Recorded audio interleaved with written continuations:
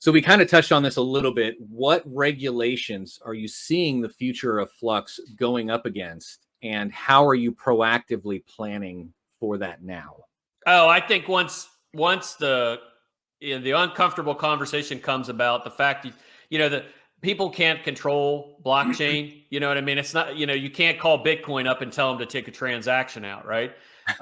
Once people start to figure out exactly, and I can tell you right now, AWS stalks my LinkedIn account regularly. I go in and sometimes I'll post it on Twitter and be like, I see you, because they're in there looking at stuff, right?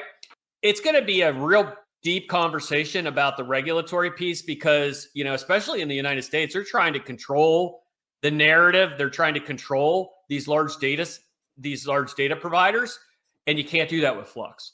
Mm-hmm. So instead of being reactive, so somebody did something bad, they go to AWS, shut these guys down. You have to become proactive.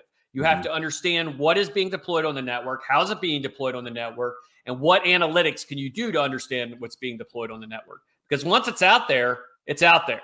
So that's going to be a very deep conversation. I can tell you right now, I've had conversations with government officials who they couldn't conceptually grasp it till I mapped it out for them. And then they're like, oh, shit. Yeah. Oh, shit. That's right. Yeah. So, no shit moment. Yeah. Yeah. So I think there's going to be a headwind of, you're already starting to see the U.S. start to stir around this regulatory thing where they're like, what was the name of that act they were trying to push out there? Like the Security Act or the Privacy Act, whatever the hell it was. It was none of that. It was basically trying to control, major data. And if you look at what, the U.S. government did with Twitter and censoring people, so on and so forth. Yeah, we've got our work cut out for us. And it is going to be uncomfortable. The proactive that I'm doing is I've reached out to multiple, senators, Congress, there's several blockchain alliances that have been formed.